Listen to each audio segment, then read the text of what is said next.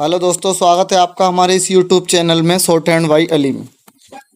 दोस्तों, आज की डिक्टेशन की स्पीड रहेगी 80 शब्द प्रति मिनट। डिक्टेशन शुरू होगी 5 सेकंड बाद।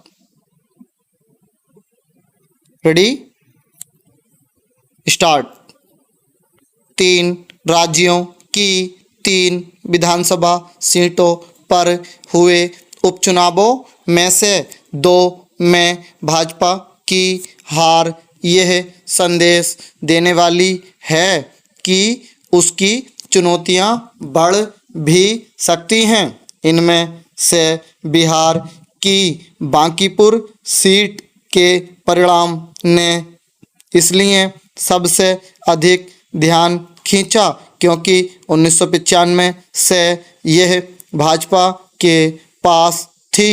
इसके अलावा यह भाजपा अध्यक्ष नितिन नवीन के राज्यसभा जाने से रिक्त हुई थी।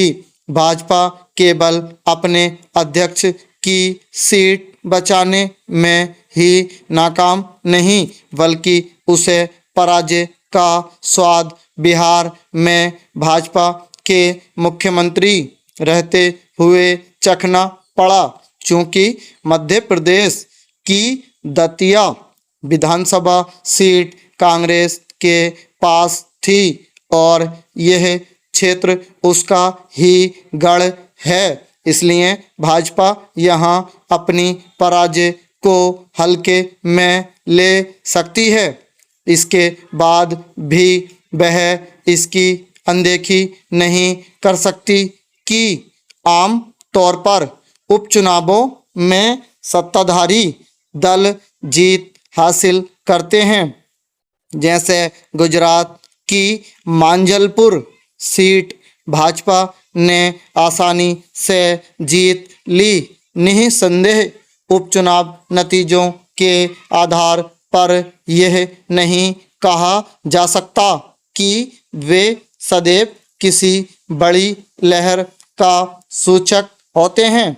इतना अवश्य है कि कई बार वे बदलते राजनीतिक माहौल का परिचायक बन जाते हैं। यह समय बताएगा कि बांकीपुर और दतिया के नतीजे भाजपा के लिए स्थायी झटका हैं या अस्थायी, क्योंकि एक समय वह उत्तर प्रदेश में योगी आदित्यनाथ और केशव प्रसाद मौर्य की ओर से छोड़ी गई लोकसभा सीटें हार गई थी। बांकीपुर से जन सुराज पार्टी के प्रशांत किशोर का चुनाव जीतना इसलिए महत्वपूर्ण है क्योंकि एक तो वो प्रधानमंत्री मोदी की नीतियों पर सवाल उठा रहे थे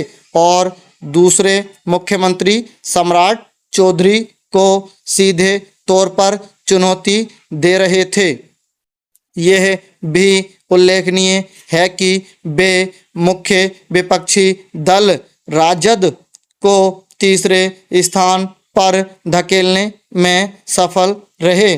स्पष्ट है कि बांकीपुर का नतीजा राजद के लिए भी चिंता का कारण बनना चाहिए। कहना कठिन है कि बांकीपुर से जीत हासिल कर पहली बार विधायक बने प्रशांत किशोर बिहार में तीसरी राजनीतिक शक्ति खड़ी कर पाएंगे या नहीं, लेकिन उनकी जीत कहीं न कहीं जनता के असंतोष को बयान करती है।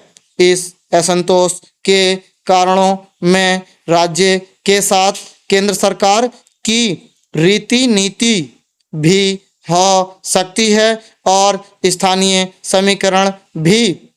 यह ध्यान रहे कि उपचुनाव एक ऐसे माहौल में हुए जब नीट पेपर लीक को लेकर युवाओं के आक्रोश को भुनाया जा रहा था। इसके पहले उच्च शिक्षण संस्थानों में जातिगत भेदभाव रोकने वाले यूजीसी के नियमों ने सामान्य वर्ग के लोगों को नाराज किया था। स्टॉप। डिक्टेशन अच्छी लगी हो तो हमारे चैनल को सब्सक्राइब करें और वीडियो को लाइक करें और इसकी पीडीएफ के लिए हमारे shorthand by Ali Telegram channel को ज्वाइन करें।